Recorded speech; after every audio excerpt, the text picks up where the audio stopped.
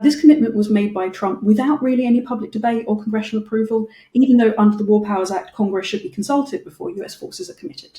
So Qatar could have excessive expectations. And also there is that question of other US allies saying, well, we want the same. Saudi Arabia would be interested in something like this. They've wanted this for a while. It's an almost NATO level commitment. And I think European NATO alliance members are well within their rights after all of Trump's talk about, I'm not going to protect you because you're delinquent, to say, well, hold on, you're giving all of the support to Qatar, but not so much to your European allies.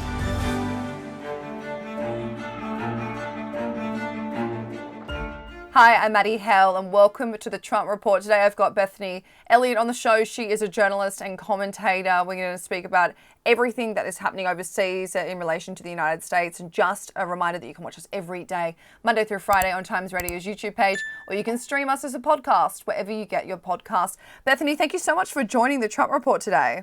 Hi, Maddie. Thank you so much for having me. Let's start off with this government shutdown. We're day 3 into it. So far, no end in sight, although there will be a Senate vote today. How likely do you think it is that we will see some sort of resolution today? I don't think it's very likely, and I think that expectations are quite low. John Thune was just speaking to NBC, and he was saying the ball is in the Democrats' court. Republicans say they will only negotiate with Democrats once the government is reopened. However, I think that even though there's a lot of harsh words out in public, behind the scenes things are maybe slightly different, because the Wall Street Journal had a report saying that Republican advisors and aides are worried that the Republicans will take the blame for allowing healthcare subsidies to expire, because that would raise the cost for millions of Americans ahead of next year's midterm elections. So as a result, aides are discussing proposals to extend the enhanced subsidies for the Affordable Care Act health insurance plan, but Trump has not yet decided if he would endorse such a proposal. And I think Trump is actually in quite a tricky situation, because on the one hand, he wants to crush the Democratic resistance. He's long called for repealing Obamacare. This is something he cares about very passionately. But if you think about why he was elected last time, I think it was to a large extent due to inflation, the cost of living, and there's still stubborn inflation and a weak jobs market. And ending those subsidies would result in higher premiums for over 20 million people. Of the 75 congressional districts where at least 10% of the population is enrolled in the Affordable Care Act, 62 are in Florida, Georgia, and Texas, very important states. And Republican strategists are worried about this, especially before the House races next autumn, because a Democratic takeover would be very difficult for Trump's last 2 years. Yet on the other hand, hardliners in the House Freedom Caucus have made clear that they would resist any effort to extend the subsidies. So, okay, on the surface of it, very harsh words on both sides, intransigence, but behind the scenes, I think we might be seeing some changes coming up soon. And what we've seen from Donald Trump is he's threatened mass layoffs and cuts to Democratic projects. He said that we would cut projects they wanted, favourite projects, and then they would be permanently cut. So what is the risk here for Democrats if no resolution is made? If he continues this and carries out on this threat, who loses out? But also in the same breath, Bethany, if this keeps going, there will be Republican voters that lose out as well. Absolutely. And in terms of who loses out, I think first and foremost, the ones who are losing out are the estimated 750,000 workers who've been furloughed. The White House is furloughing a third of its staff. In a very ironic twist, DOGE is protected, as is a lot of the Office of Budget and Management. However, I think that there is, of course, this broader economic cost. On Tuesday, the Congressional Budget Office said that during the last shutdown, which went on for 5 weeks between 2018 and 2019, economic activity was reduced by $11 billion, including $3 billion that the US economy never regained. And there was an impact on private sector entities. Yesterday, the US Treasury Secretary Scott Bessent admitted that the shutdown could be a hit to growth, could be a hit to the GDP, and could be a hit to working Americans. But he blamed the Democrats, saying they're terrorists and the government's being held hostage by the need to satisfy progressives. So we have also seen that Trump met with Russ Vought, and Democrat-aligned projects are being cut. In New York, for example, the 2nd Avenue subway, the renovation to the Hudson Tunnel. So, okay, on the whole, this is something that is hitting the economy as a whole, but I think that it could hit both the Republicans and the Democrats, because we're seeing the initial polling come out. The Washington Post had a poll saying that 47% blame Trump and the Republicans, 30% blame the Democrats. Whereas interestingly, a New York Times poll found that 33% blame both equally. So voters could be looking at this and saying, you know what, a plague on both your houses. Absolutely. And it is early days for that polling. I do have that poll here, that Washington Post poll, as you said. 30% of those polled blame Democrats, 47% blame Trump, and Republicans in Congress, 23% unsure. So it is interesting to see what is happening here. It's not so black and white. It seems as if Americans are either blaming Republicans or a little bit more so confused as it carries out. We're only on day 3. So moving on to what else is happening in the international space, Bethany, Donald Trump and Benjamin Netanyahu, they unveiled their 20-point peace plan for Gaza earlier in the week. Trump gave Hamas 3 to 4 days to sign it. The BBC is now reporting that mediators have been in contact with the head of Hamas, who has indicated that they're unlikely to sign it, believing that the proposal is about finishing Hamas and they want to fight on. So, Bethy, can you walk me through this? Is Hamas in a strong position to be negotiating after several of their senior members have been killed by Israel? Are they as strong as they make themselves out to be? Absolutely not. I mean, the BBC had that report saying that Hamas intends to fight on. There was also a report from the Times of Israel that Hamas will demand some revisions, but accept the peace plan as the basis for renewed negotiations. So an approach of yes, but, which is probably because Trump was saying the other day that they would have to pay in hell if they didn't accept it. So an outright rejection would be really tough because Netanyahu has said that he would finish the job. So why are the objections? I think that it's because the plan has stipulated that Hamas must disarm, must have no future role in governing Gaza. There are still 48 hostages held by Hamas, of whom 20 are believed to be alive. Under the plan, Hamas would have to hand them over within the first 72 hours of the ceasefire. So that would be their only bargaining chip gone. Also, they do claim to have lost contact in recent weeks with some of the hostages because they're being held by other militant groups. And they believe that Israel would resume military operations after it got the hostages, especially after the Israeli attempt to assassinate the Hamas negotiators in Doha last month, which was in defiance of the US. Hamas is also claiming that the plan leaves Palestinians without a credible path to statehood. Another area of difficulty seems to be that they don't want to accept this board of peace, where it would be supervised by Trump, people would be appointed by Trump, because it would be subject to the Palestinian Authority being reformed, and that's happening at an indefinite point in the future. We don't know when that's going to be. But I think that what's really underlying all of this is the fact that Hamas knows that although under the peace plan they would be allowed to go out and go to another country, in reality they're going to be looking over their shoulders for the rest of their lives. Netanyahu has been very clear about hunting down everyone who's involved in October the 7th. Israel would never allow them to leave, retire, and write their memoirs in a foreign country. That is simply not going to happen. But in terms of their strength, like you say, they are militarily weakened. They have lost leaders like Mohammed and Yahya Sinwar. Also, they're suffering financial trouble, which means that the overall command and control structure has been significantly weakened because they have financial issues. And also they are lacking diplomatic support because Qatar, Egypt and Turkey have urged Hamas to respond positively to the plan. Hamas is under pressure from those countries with whom it has the closest ties to agree, and they've been told this is your last chance to end the war and we will withdraw any diplomatic support we've been providing if you don't do it. And Hamas was apparently surprised at how quickly countries like Saudi Arabia, Jordan, the UAE, Pakistan, Turkey and others said they supported the US efforts. So as a result, they're not in a strong enough position to do it, but at the end of the day, they know that the end is nigh either way. They'll be isolated if they don't sign it, but even if they don't accept this deal, is Trump essentially giving Netanyahu free license to continue this military operation to stop at nothing to eradicate all of Hamas, even if it's at the expense, is what we have seen, at the cost of thousands and thousands of Palestinian lives? I think that's completely accurate because Netanyahu will be able to say, well, look, I was willing to sign on to a deal, but Hamas were the problem. And Trump has issued threats, and all of the other countries who've been involved have been very clear. This is the final chance. So perhaps Hamas is refusing outright, but that would be very difficult to do. But perhaps it's a strategy of dragging their feet and saying, well, we could do something, but with, some changes down the line. But I think also we talk about Hamas as one entity, as one organization, which perhaps isn't entirely accurate because apparently the political leadership in Qatar are more open to accepting a deal with some changes, but they have limited influence because they don't have the hostages who are in Gaza. And this has happened in the past with previous attempts at deals where the Hamas militants in Gaza tend to be much more likely to reject deals and conditions. They're much more hawkish. So that split might make it hard to actually implement a deal between Doha and Gaza.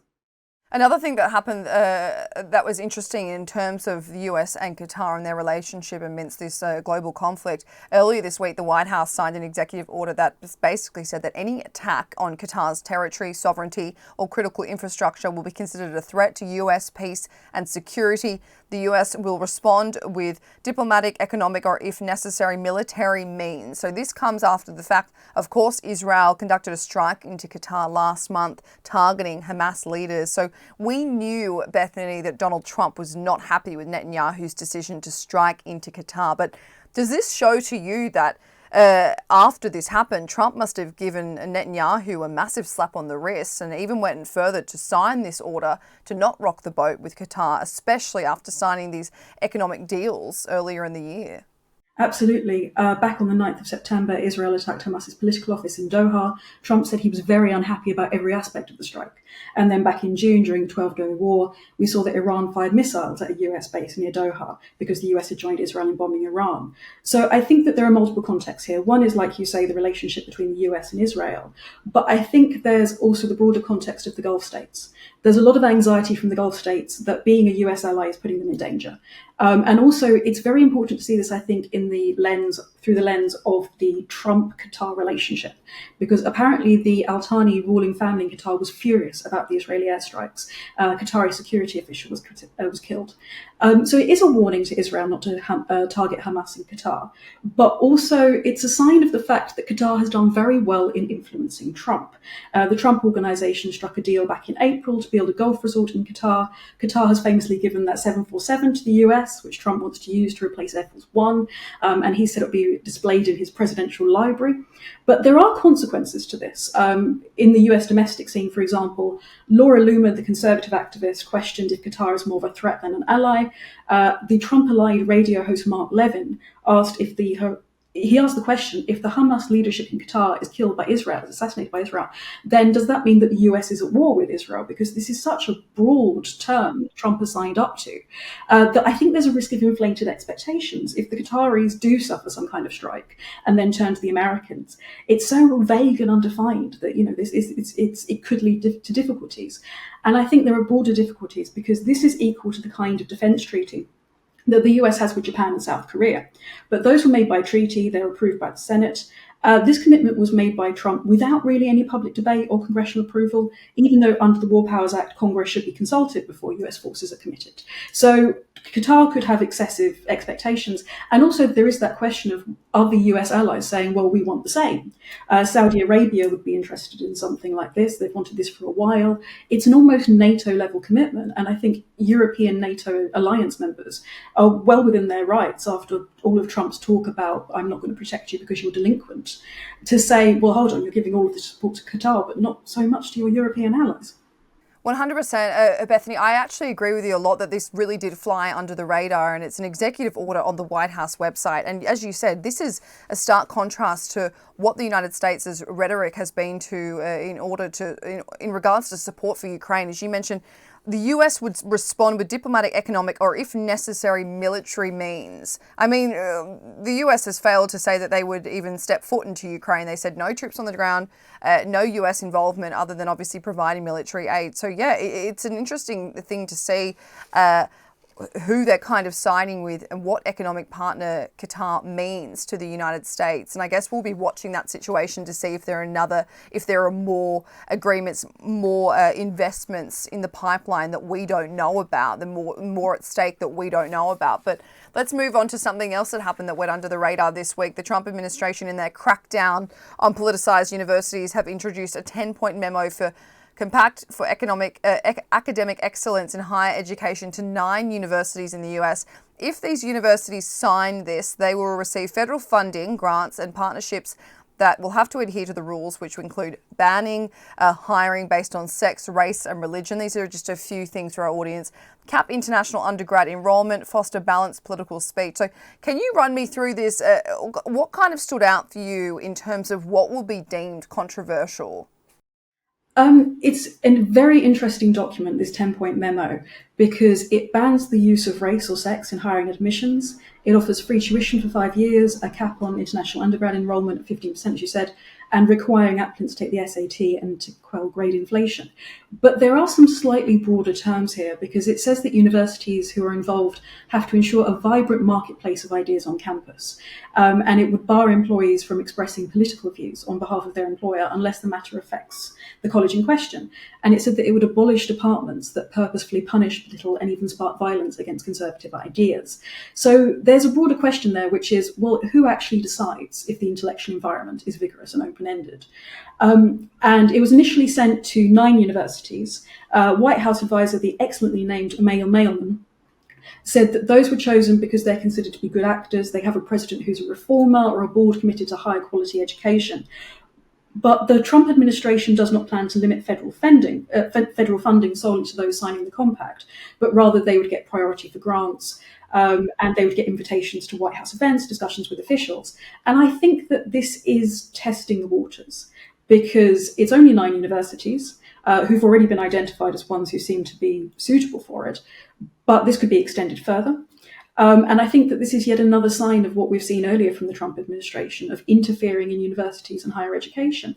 Earlier, of course, the issues that the Trump administration had with Harvard University, where it was interfering, cutting federal funding, trying to stop them getting international students on the grounds of combating anti-Semitism and promoting free speech, but really just an authoritarian turn and interfering within higher education. California Governor Gavin Newsom, he responded to this and he basically threatened any university. He was going to cut instantly billions of dollars worth of state funding if any of these universities caved to Donald Trump's proposal. He said it would impose strict government-mandated definitions of academic terms, erase diversity, rip control away from campus leaders to install government-mandated conservative ideology in its place. It even indicates how schools must spend their own endowments. Any institution that resists could be hit with crushing fines or stripped of federal research funding. So, Bethany, this is an authoritarian thing for Donald Trump and his administration to do, but this happens in the same week that Donald Trump proposed to senior US generals that we should use some of these dangerous cities as training grounds for our military, referring to a few American cities that he believes have, been lost to wokeness and leftness and crime and instability. So do you think that these two things in conjunction in the matter of a week is heading Donald Trump down a very authoritarian path? Absolutely. I really do think that this is part of a broad authoritarian turn. It's not new. As I said, there have been issues with other universities like Harvard, Columbia, and Brown, but these turns are really very worrying indeed. And I think we're unfortunately going to see more of it and further actions from the Trump administration. Just finally, to wrap up the interview, Vladimir Putin, he spoke about his Alaska summit this week with Donald Trump, which of course happened August 15th. He said that it was good that we made an attempt to search for and find possible ways to settle the Ukrainian crisis, saying that he felt comfortable with the US president, but he has threatened in his own words if the US would provide these Tomahawk missiles to Ukraine, which of course JD Vance has said that the US is considering sending to Ukraine or selling to NATO, to which they would provide it for Ukraine. So Putin said using Tomahawks without the direct participation of American military personnel is impossible. This would mark a completely new stage of escalation, including relations between Russia and the United States. It will certainly not change the balance of force on the battlefield. So your takeaway from this, Bethany, is this not a direct threat to Trump to stand down, to stop providing Ukraine with these Tomahawk missiles, and this also comes on the back of the fact that the White House announced that they're likely to up the amount of intelligence that they're giving Ukraine? Absolutely, but Putin has been threatening that every stage of Western help is escalation and involvement in the war. He sees Ukraine as the front line in a broader war between Russia and the West. So he will always interpret it through that lens. That just happens. And I would be very surprised if the US or any other Western partner stepped up their help to Ukraine and didn't get a threat from Putin. That's just what he does. But at the same time, I'm glad to see that Trump does not seem to have been initially cowed by that. And I think it's good to see that he's following through on earlier statements where he criticized the Russian economy. He said that it was weak. And why is that? I think that it's because he's listening to people like General Keith Kellogg, who've inserted this idea in his mind that Ukraine can win, that Russia is weak. And we all know that Trump loves to back a winner. So it does seem like the propaganda for now is working. But as with Qatar, as with Ukraine, when you're accepting that support from Trump, on the one hand, it's reassuring. On the other hand, he could change his mind tomorrow, as we've seen in the past. Bethany Elliot, thank you so much for joining the Trump Report today. Thank you so much.